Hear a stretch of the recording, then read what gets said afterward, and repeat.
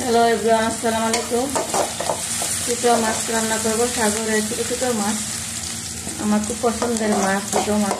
দেশে আমাকে সামনে যদি মাংস, খাসি মাংস খায়, খাসি গরু, তারপর আমার হলুদ, মরিচ, মিষ্টি মশলা, লবণ, একটু আলু দিব,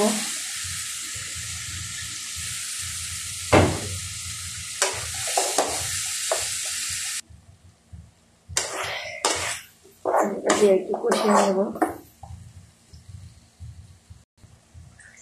এখন এখানে একটু হলুদ, মরিচ, লবণ, মশলা দিয়ে মাখায় রাখছিলাম।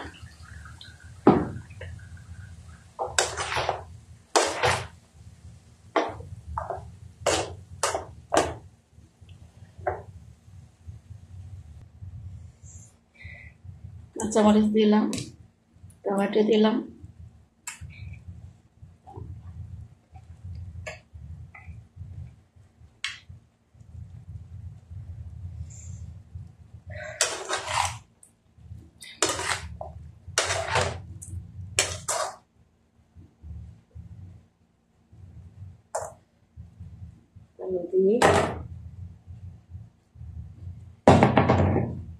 আলুটি সিদ্ধ হওয়ার জন্য একটু জল দিব, গুঁড়া গুঁড়া করবো।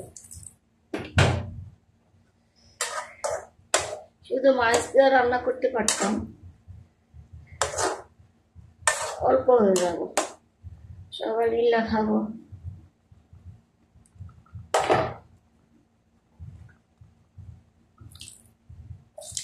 একটু শক্ত আজকে।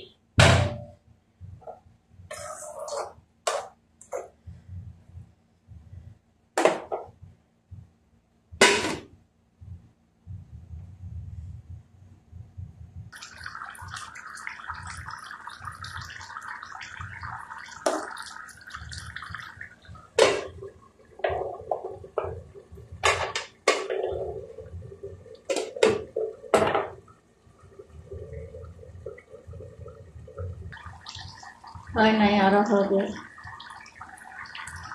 ছাড়াই হয় নাই। ধনিয়া পাতা নাই, লেবু পাতা দিচ্ছি। লেবু পাতা দিলে ছোটো মাছের সুন্দর গ্রান আসে, মজাও লাগে। লেবুর গ্রান উপর দিয়ে দিচ্ছি।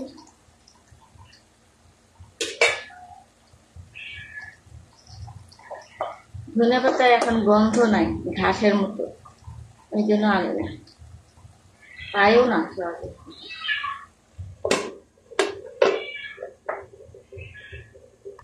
ছোট মাছ কার কার পছন্দ? আমার এই যে আজকে রান্না করছি, পরের দিন পোড়া পোড়া হবে, সেটা বেশি মজা লাগে। আমি একটু হলেও রেখে দিই, যে কাল দিন আবার গরম করলে অনেকটা গন্ধ আসে, ঘ্রাণ আসে, এই পোড়া পোড়া ঘ্রাণ। এটা ছোটো মাছের খুব আমার প্রিয় খাবার। আর গরু গোস্ত, এই যে আমার রান্না হয়ে গেছে,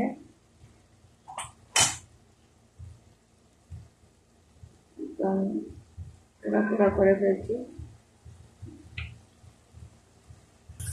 এখানে আছে মুরগি, দেশি মুরগি গোস্ত রান্না করেছিলাম। এখানে আছে মানে পাট শাক, কাঁচা পাট শাক ভাজি।